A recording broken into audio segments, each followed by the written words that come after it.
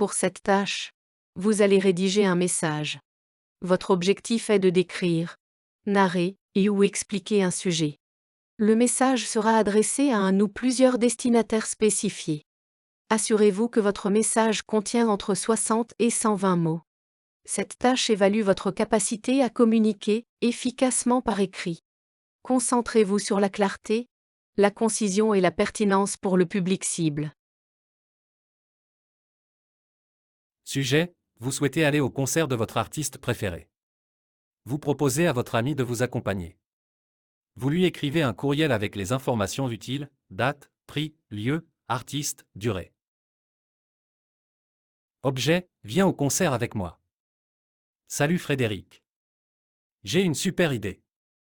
Il y a un concert de Stromae le 18 septembre au Colisée des Jardins. Le billet coûte 100 $ et le concert dure environ 2 heures. C'est l'occasion parfaite pour passer un bon moment ensemble et profiter de la musique. Ça te dit de venir avec moi? Dis-moi vite. À bientôt. Nabil.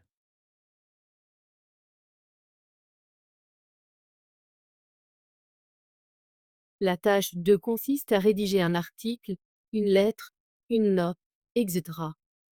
destiné à plusieurs destinataires pour rendre compte d'une expérience ou d'un récit.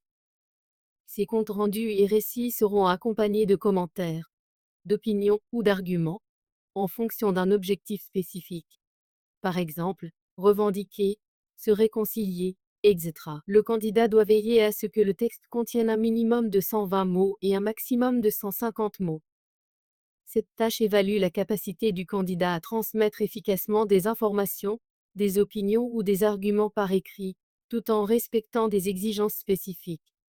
Les candidats doivent rédiger un texte cohérent et persuasif adapté à l'objectif et au public donné.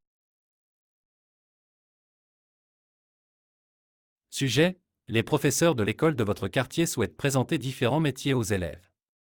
Vous voulez participer à ce projet pour parler de votre expérience. Vous leur écrivez. Vous décrivez votre profession, activité, collègues, etc. Vous expliquez pourquoi vous trouvez votre métier intéressant.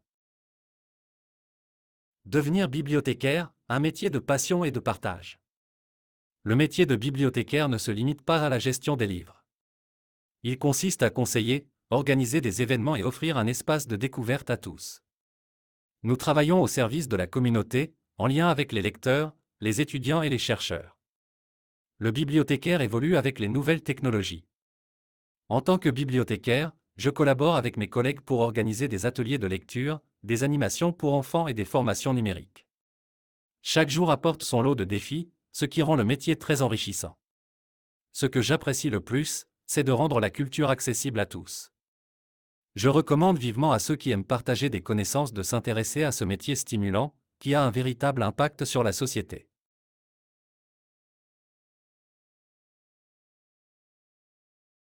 La tâche 3 implique d'écrire un texte qui compare deux points de vue sur un problème de société, tel que présenté dans deux documents courts et simples d'environ 90 mots chacun. Ensuite, le candidat doit prendre position sur le thème abordé dans les deux documents. Le nombre de mots attendus est d'un minimum de 120 mots et d'un maximum de 180 mots. On fournit deux documents présentant deux opinions sur une réalité spécifique.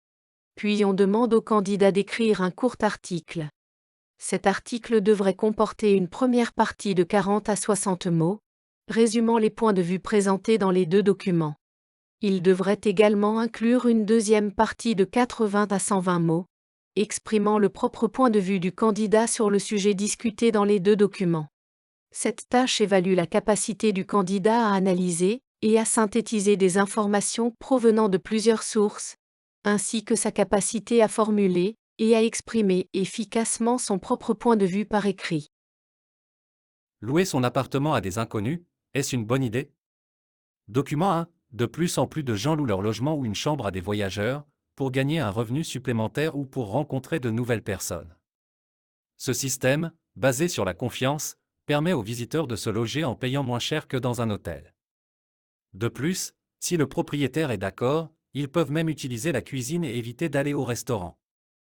La personne qui les accueille peut leur servir de guide et les conseiller sur les visites à faire. C'est un échange précieux pour tout le monde. Louer son appartement à des inconnus, est-ce une bonne idée? Document 2. L'année dernière, j'ai loué mon appartement à un couple de touristes pour leurs vacances d'une semaine à Marseille. C'était une très mauvaise expérience qui m'a fait changer d'avis sur ce mode de location. Ils sont arrivés en retard et j'ai dû les attendre pour leur donner la clé. Ils ont fait beaucoup de bruit et dérangé mes voisins.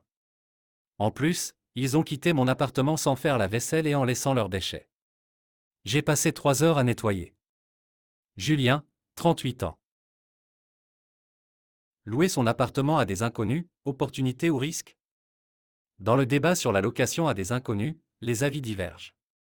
Le document 1 met en avant les avantages économiques et humains de ce mode de location, avec un logement moins cher pour les voyageurs et des échanges enrichissants. Le document 2, lui, évoque une mauvaise expérience, avec des nuisances et des désagréments pour le propriétaire. À mon avis, cette pratique présente des bénéfices et des risques. Louer à des inconnus peut générer un revenu et favoriser des rencontres, comme le souligne le document 1. Cependant, l'expérience de Julien rappelle les problèmes potentiels, manque de respect des locataires, bruit ou dégradation.